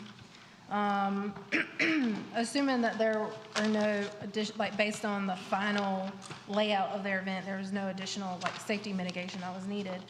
There's a permit fee of $100. I did not include my administrative oversight because I feel that's included in the permitting. Okay. Public Works, there's barricades to close the alley, light towers because that area has minimal lighting, work signage about the closure, as well as staffing to set up the closure, and then the off-duty officers that would be necessary for the event time. So totaling them out, okay. Okay. So we'll leave the fees as is. Go ahead, please. I was going to say, Mike Starr, Stacy, 114 Hill Avenue, and I think this event is not nonprofit based. I think we are fine with paying the fees. Sounds good. Sounds good. I appreciate the effort, but I think it's more appropriate if this is ridiculous. Perfect. Thank you. We need to have another motion. Fees. Just clarify your motion Okay. of what you are including in that, so please restate it. Of the event itself, all fees have already been taken care of by the establishment. I'm sorry? Applicant, so we're fine. And a second. Thank you. Discussion. Roll vote. Baxter, Laos. In favor? Commissioner Harrison. Favor. Commissioner Miles. Favor. Commissioner Baxter. Favor. Resolution passes. Thank you.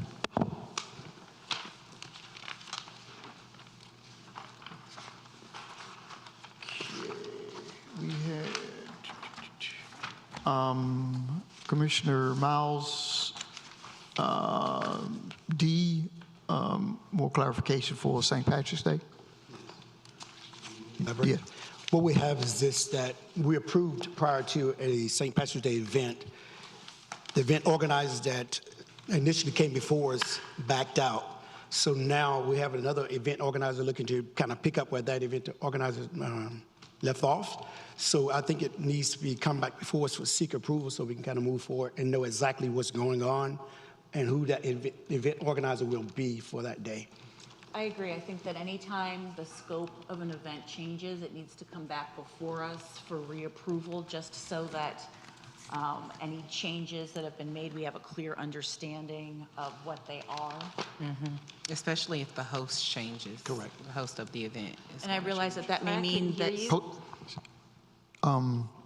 Commissioner Harrison. I just said especially if the host of the event is going to change, I think it's appropriate to come back before us just so that we have the full scope of what's happening. Commissioner Baxter, just recite what you just. And so I would like to see this come back before us retooled so that it accurately portrays the scope of the event, and I'm fine with addressing this at the very next meeting opportunity so that we can review it.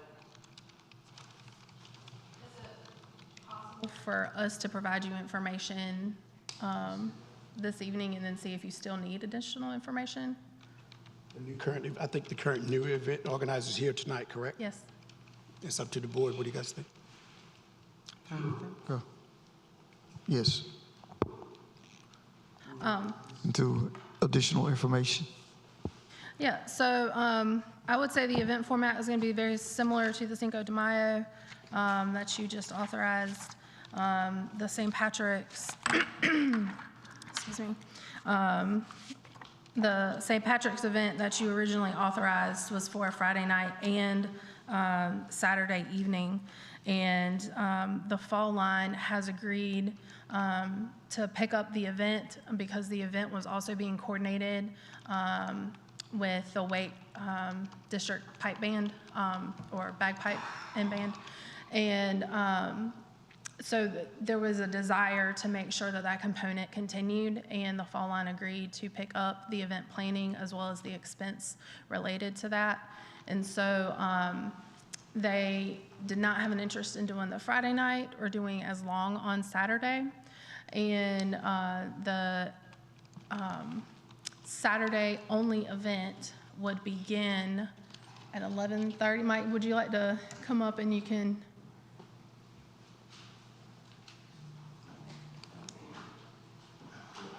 Yeah, it would be just Saturday only from, we talked about 12 to 7 basically is when the event will take place. So we would need to be able to get back and we're not talking about blocking areas off and having drinking or anything like that in the actual alleyway. All we're talking about doing in the alleyway is having a car show. That's something that the community can appreciate. So that's basically what we're doing. We will have music, live music that we're taking care of from the alleyway in. So in the actual alleyway, we will not be serving drinks or actually having a party. It's just going to be basically I would say We're basically just trying to step in here at the last minute and then sponsors back out, so we're trying to be less complicated as possible. So the current alcohol consumption will be limited to where we already have the luxury of sharing an alleyway. What we're asking for the alley closure behind is because we're actually teaming up with the classic car show, and then we're having our car shows along the alleyway while we're having our event. So the pipe band is not participating? Yes. They are participating? Yes, so they were going to, we're still trying to work with Joe Brady to solidify the plan, but they are going to walk in together and they'd like to perform at that intersection of the alleyways. I'm gonna go back. So kind of behind where Meteor Construction is, I don't know if y'all will be able to see my mouth. There we go. In this area, right in here, there was discussion about having the pipe band be able to perform in this area. And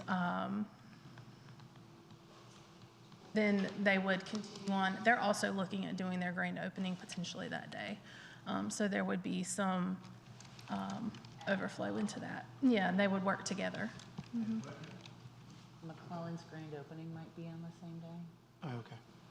I would really, I think, you know, it's good that you guys are here to answer these questions, but going forward, if we have significant changes, like these are significant changes, I want to see a reapplication, you know, a resubmittal, and I want it to come before us so that I'm not having to write things down, pull things from memory, try to understand something in the moment. Mm-hmm.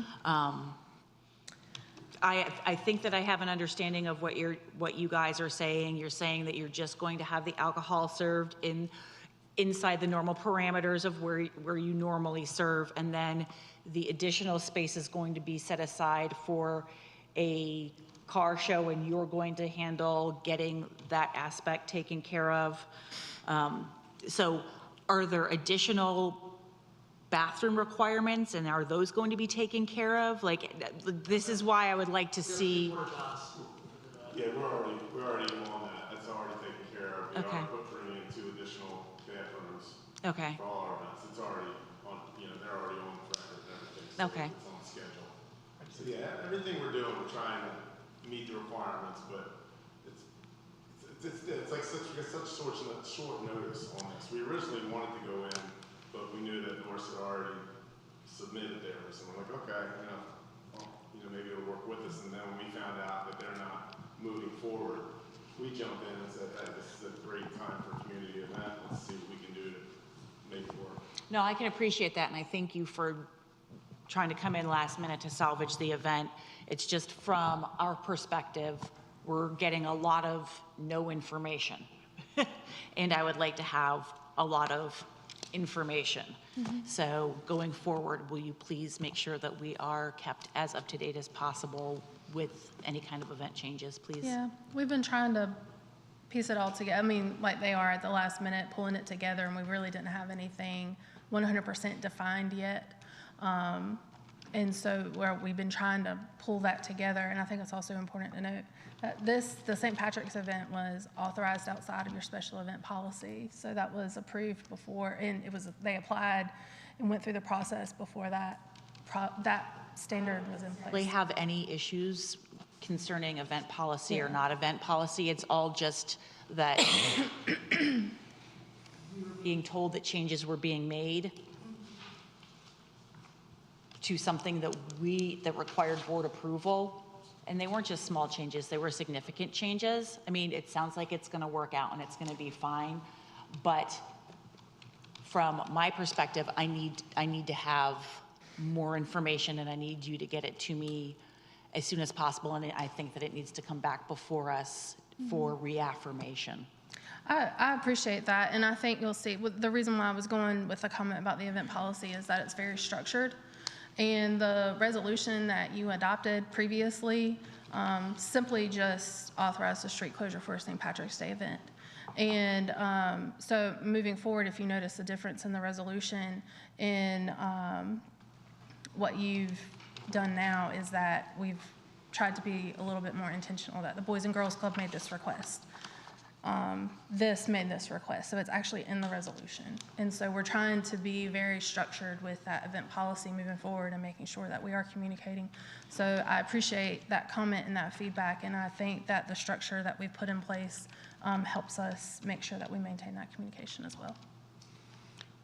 Commissioner Miles? One last question would be, will this event, I saw that you guys are providing your own private security. Would this kind of require that too as well? Or?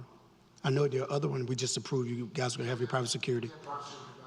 Okay, thank you. So that won't impact our police department at all then for the most part too? There's alcohol sold in that. There's alcohol being consumed in the alleyways, then they will have to hire off-duty police officers. Well, actually, so this event, when they get the alleyways confused, it's just a shared space that we currently have. So this is not unlike the other one where it would be the whole alleyway. Cinco de Mayo, they would for this, right? But there would be for the street closure, right? The alley closure. You still have to have an officer who's responsible for the traffic flow and the alley closure, yeah. No problem with that. We're in agreement. Thank you. So, I guess for clarification, we would like to see a reapplication. I think for this instance, I don't need to see it, but moving forward, but I think that Commissioner Harrison, you have a thought? I don't want to see a new application, but I would like to see a layout and just details of what is going to be happening that day. Just an iron out, because we had one thing and then we kind of have a different thing. So I think it would just be good if we could just get the details of the event. So once it's put together, just Fully. Yeah. fully send it to us so that we have a good understanding of how Of this what's- event is going to look. Yeah, that's You it. guys, Commissioner Miles? so you guys are good with moving forward, approving it? I mean, taking a vote on it and then kind of knowing that we're going to get the details at a later date, correct? Yeah, Yes. for this event, I think that we can do that. I mean, it's coming up It's on coming, us super yeah. fast. Okay. Yeah. But, moving forward, Absolutely. things need to be done a little bit differently. So I'll make a motion to approve the event moving forward as the Parks and Rec Department is coordinating. Oh, good, please. Do we need a motion for something that we've already approved? Huh? Do we? Do we not? All right, well then, Just added Yeah. it. Covers it that Yeah. you've already got. all right. We've already approved it. Okay, cool. We just want more clarity in the future. Thank you both. Thank you.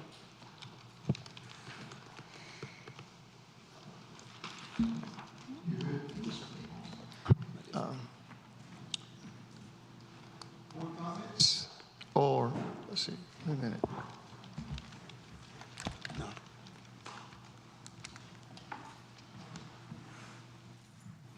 Mixed up here. Manager's report. Board comments. You're right. He tried to look for Getting late, it's getting late. Commissioner Laux? Yes, two quick items. First of all, I want to thank the Zebulon Police Department and the chief for the police academy they're putting, the Citizens Police Academy you're doing, and I highly recommend anyone in town to hopefully attend the next one, because we're about halfway through this one. And also a little kudos, there is a Citizens Fire Academy and a Citizens Planning Academy both coming up that I want to wholly endorse. Any citizen, if you want to know what's going on at the fire department or planning, get involved, attend the academy. Second item is I've shared a lot of information from my board packets with citizens, and they really don't get the level of detail we get with the agenda packet. So I would like to float the idea that the Board of Commissioners agenda packets be included on our website so they can actually see subdivision layouts, traffic impact studies, and the additional information we have that I have been sharing with some citizens, that be put on our website. So I'm floating that as an idea for the board to see if you concur that staff load that information up on our website. Commissioner Harrison? Yes, thank you. Thank you for everyone who came out tonight. I would like to give the staff a little direction on bringing back information to the board on joining the Chamber of Commerce, as the town is not members of the Zebulon Chamber of Commerce. And I think that it would be at least a good idea to look and see the benefits or just some more information regarding it. So if you could bring back that information to us at some point. And I would also like to encourage everyone and invite everyone out to the Zebulon Winter Festival that will be held at the Zebulon Community Library on February 25th from 3 to 4 p.m. It is celebrating Black brilliance in our community. Thank you. I'd just like to recognize Commissioner Laux for his recent completion of the advanced leadership class. That will, is how many members we have now? Three board members, and we hope the other two will see fit to take this class because it is very, very knowledgeable and beneficial in the growth of being a commissioner or any leadership position.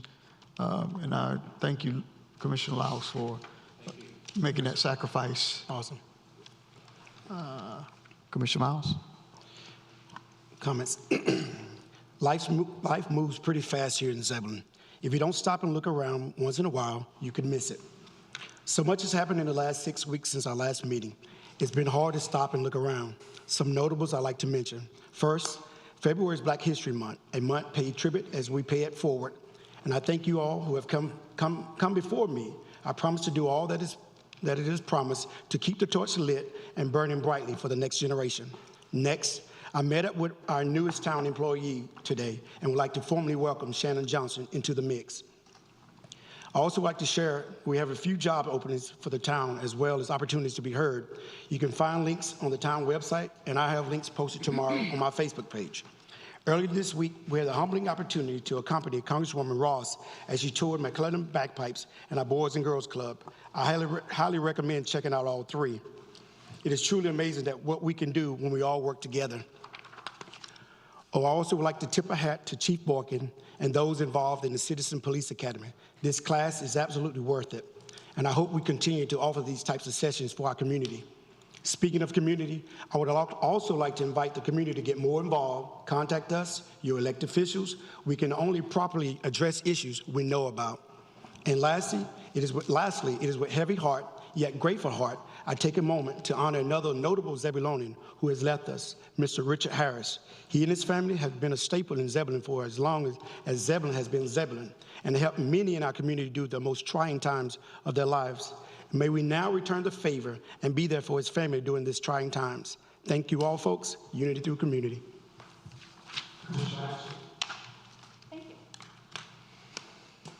So Commissioner Laux just became a member of a pretty exclusive group of individuals, of which I'm very proud to say I belong. And that is, he is now an ambassador for the Advanced Leadership Corps. And while it might seem like, oh, it's a great thing, but no big deal because we have 3 commissioners that have gone through the course, I'd just like to tell you that it is application-based. We have 100 counties in North Carolina, and they all have their municipalities. And of those, every year, less than 25 people are selected to participate. And that includes all municipal leaders, leaders at the county level, as well as on school boards. So just to be selected is a tremendous honor. And I am so very happy that Commissioner Laux chose to pursue this because it really has changed the way I present myself as a leader. I hope. At least in my heart it does. Commissioner Laux is part of only the 9th class to have been in existence of this program. And I was part of the 8th class. So it's really an awesome opportunity, but it does take a tremendous amount of commitment. And I'm so glad that Commissioner Laux recognized the value in the program and committed to a full week of, and it's not like 9 in the morning till 5 in the evening. It's from when you first wake up until sometimes 10 or 11 o'clock at night that you are building relationships, learning information, and growing in your leadership skills and philosophy. So really cool. I'm glad that you did it. And I'm glad that our mayor has gone through the program, Commissioner Clark has gone through the program, as well as myself. I too support getting the agenda packet information disseminated to the community because sometimes we make decisions and the community might not understand what information we've based our decision upon. So I think it would be very helpful to have all of the information that we get as much as possible available to the residents. Deborah Ross, her visit was awesome. She supports this town. She works across the aisle. It was such an honor to have her in our community because even though we're growing, we're still kind of small, but she carves out time anytime we ask, and that's pretty fantastic. On February 3rd, switching gears, we had something really scary and serious happen in our town. And it was a long, hard day for our community, and especially for anyone that is in any way involved with Zebulon Middle School. I think it's very important to recognize all of the teachers and all of the staff in the middle school who not only made sure that their children were protected in the best way that they were trained to, but they also were able to keep a level of calm that is so admirable and should be celebrated. Many of the children that left school that day were more upset and inconvenienced by the fact that they missed out on Pizza Friday than what had happened and the scary situation that we were kind of working through as a community. In addition, I tell you what, there are other chiefs of police and chiefs of fire out there. I know there are. But none are as good as the ones in our community. I promise you guys that. We have 2 very, very bad leaders as far as fire and police go, and I am just so grateful that they are a part of our community. They were able to work through a very terribly trying day and keep all of the people that worked under them working towards the same goal and showing the same face, and that was super important. And I can also thank every other community that lent their support, the Sheriff's Department as well. But super big kudos to every single person, and that includes staff inside this building as well that worked to make sure that we navigated that situation the best that we could. Thank you. Thank you. Any other comments? Just one quick note. I want to acknowledge that the agenda is on the town's Facebook page. I just want to make sure that is known. They placed it out definitely in advance so citizens can see that, please. The agenda is on our website. The full agendas are Yeah, there just wanna make sure already it is. with the supporting documentation. Yeah, exactly. And just to piggyback off of what Commissioner Baxter said, the parents did a great job too, so I don't want to leave those guys. I do see one parent here tonight that was part of that process, so definitely kudos to the parents as well. Thank you. Other comments from the board? Nope. Thank you. Manager's report? Just to give a preview to the community of the topics that will come before the board next Thursday at 3 o'clock.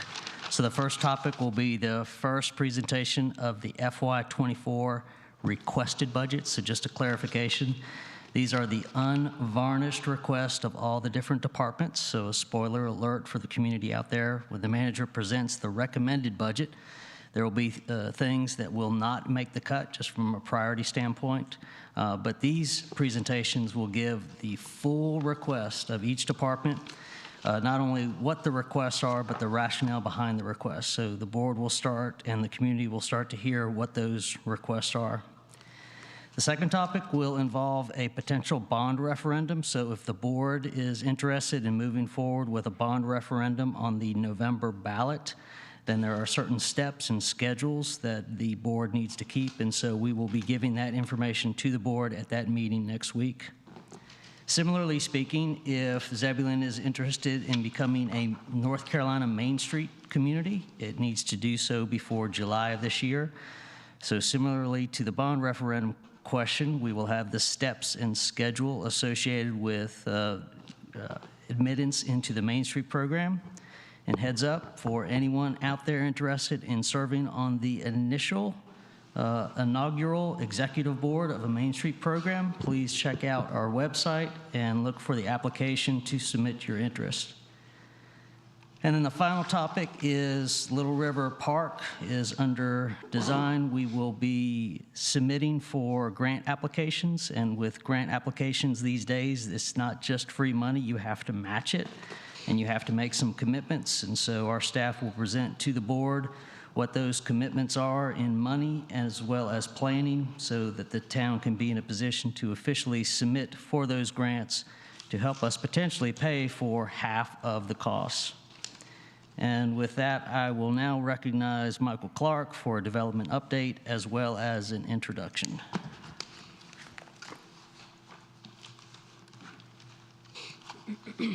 Once again, good evening, Mr. Mayor, members of the board. As typical at each month, we provide updates on what is going on in Zebulon. First and foremost, Tractor Supply, which was part of a rezoning that you heard last year, they're completing their site plan process and have submitted for the land division process to break that initial tract into 3 parcels. Soon after that, they'll be submitting their final annexation petition request. We anticipate that coming before you probably late summer, early fall. The Phasen tract, which is a residential plan development subdivision of approximately 200 units covering over 102 acres, submitted their preliminary application that will be posted to the town's interactive development map tomorrow afternoon. This is a site off of Gannon Road, which connects into what's commonly known as the Ammons property, a development that was recently approved in Wendell. Popeyes, which is a perennial question, they have started submitting the documentations to request a temporary certificate of occupancy. This will allow for them to begin their training process as well as bring in the applicable equipment to operate it. With temporary occupancies, in order to grant those, we request that the applicant provide some sort of a financial surety in the form of a bond, letter of credit, or something for any outstanding items. However, in those situations, they are still required to meet all the applicable health and safety elements to make sure that those occupants inside the building are in a safe location. Must be signed off by the building department as well as our fire marshal, and the zoning staff takes a look at the exterior to make sure that the parking lot lights are appropriate, that the parking lot is striped, and that it meets all the applicable ADA requirements. The Longhouse initially was approved by our staff for a site plan, and then they submitted for tax credits with the State Historic Preservation Office. During that review, in order to meet the Secretary of Interior guidelines for historic preservation to be eligible for those tax credits, there were certain modifications that State Historic Preservation Office requested that the applicant do. They're in the process of revising those applications and those site designs for final SHPO approval, and then they'll come back before the town staff for final approval on that. But the project is still definitely moving forward. A mixed-use project, which I've commented about previously at Proctor and Arundel, that is still ongoing. They've completed the initial step one of their transportation impact assessment. We've been in conversations with their engineer. We have not seen the final results of that, but when we do get that, they'll be reviewed by a third-party contract engineer that the town hires to make sure that it's addressing our needs and is in compliance with our transportation plan. The GNIC, the Innovation Center on Gannon, received their temporary certificate of occupancy a week and a half ago, which once again allows for them to start moving in the equipment. That's the facility that makes the aluminum-coated foam core panels. And this new expansion will allow for them to increase their capacity in operations. The fetching post also received their temporary certificate of occupancy. The site has been fully stabilized, and there's just the only remaining element of that is they have to come before you for annexation in accordance with the special use permit that was issued in late 2017. Something that's going to be coming before you next month at your regular meeting in March will be the annexation of Clifton Grove. This is a conservation residential subdivision that has been in the process for approximately 2 years now. In this particular circumstance, they were able to meet all the applicable requirements of our Unified Development Ordinance without having to come before you for a conditional rezoning or other elements. We'll be going through the full explanation at the public hearing. Being that it's an annexation, it does not require planning board of approval, so it'll be just before this board. Joe already mentioned about the applications for the executive committee for the Zebulon Downtown Development Association. Those are available on the Downtown Zebulon Facebook page, as well as the downtown section of the planning department's website. Or if anybody does have any questions or needs additional applications, please submit those to me. I can tell you that as of right before this meeting, we do have 5 applications already, and I believe one of those, actually 2 of those folks were in the audience tonight. Second to last is we've begun the onboarding process. We've hired a senior planner. They initially started yesterday. We'll be continuing the onboarding process, and they'll be introduced formally to you at the March meeting. Last but not least, it's actually one of my favorite parts of the job. As municipalities grow, so does the services and options that we offer, not only to the citizens of the town, but also the business community, those that are here now, as well as those who could be here in the future. For the past several years, the economic development arm of the town has been operated as a committee base, which was made up of myself, Sheila Long, our Parks and Recreation Director, as well as Teresa Piner, our Main Street Coordinator. But it's my pleasure to formally introduce Shannon Johnson, the town's first full-time economic development specialist. As Commissioner Baxter very eloquently commented earlier, it's important to have the right person for Zebulon in these roles. We went through a very extensive application process, a nationwide search. We interviewed, ended up final interviewing 2 final candidates, and by far Shannon was the one that best fit our needs at this time.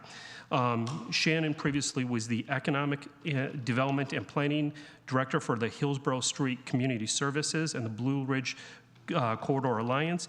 Previous to that, she was she managed Main Street programs for the city of Newton as well as Albemarle, and she has a project management professional certification and the National Development Council's Historic Real Estate Finance Professional Credential.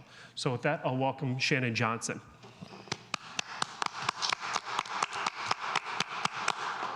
And commissioners, I'm so thrilled to be here, and I've met a few of you, and I have a few more to meet, and I'm looking forward to working with you. It's been a very busy 2 weeks, and I imagine it's going to continue at that pace, and I love it. So thank you very much for having me. Welcome aboard. That concludes my monthly update, and I'm available if you have any questions. Any questions, comments? Did Clifton Grove have to go, do they have to adhere to the utility allocation policy, or was this process started prior to the policy being adopted? This process was started actually 2 years ago. They've gone through substantial review sessions, so the utility allocation policy is not applicable. However, the prohibition on mass grading was. They submitted just after that modification was submitted. Thank you. Thank you. Component of the manager's report, I'll recognize Finance Director Bobby Fitz for some budget transfers. As he hands you out some information, let me give just some overview and some foundation to what a budget transfer is.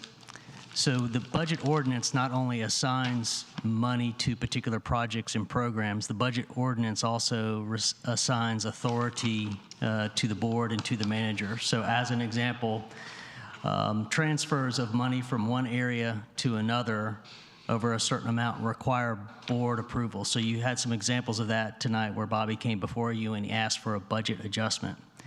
There are other transfers that the manager is authorized to make, and those are to transfer to address unforeseen circumstances. So if, as an example, the price of fuel goes alarmingly high, or if we have to dedicate a lot of overtime to staff to respond to a particular event in the community, those are things that you can't necessarily plan for. So the manager has some authorities to transfer monies from one account to the other. The condition of that authority, though, is that the board be apprised of that at the next available regular meeting. So that's what budget transfers are. And with that, I'll recognize Bobby Fitz to give you some more description of those budget transfers. When he's complete, that will conclude the manager's report. Thank you. Yeah, thanks, Joe. Just a few for right now. It's sort of some mid-year kind of cleanup to cover some holes that were that are on your expenditures right now. In governing board, we moved $2,750 from group insurance, $725 of that to Triangle J council government dues, $1,725 to the League of Municipality dues, and $300 of that to cover school of government dues. And finance moved $1,900 to contract and services, Wake County tax collection, $1,000 of that from insurance and bonds, and $900 of that from unemployment insurance. In Public Works Property and Project Management Division, move 7,000 from salaries, 3,000 of that to overtime salaries, and 4,000 to professional services. In the Public Works Operations Division, move 9,000 from salaries to professional services, and move 7,000 from insurance and bonds, 4,000 of that to overtime salaries, and 3,000 to vehicle maintenance. And that's all for now. Thank you. Any questions or comments for Finance Director? Thank you.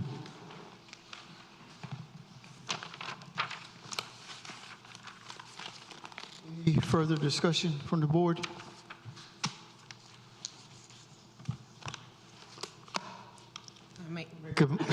Do we have a motion to adjourn? I make a motion to adjourn. Thank you, Commissioner Harrison, for the motion. Thank you, Commissioner Baxter, for the second. All in favor?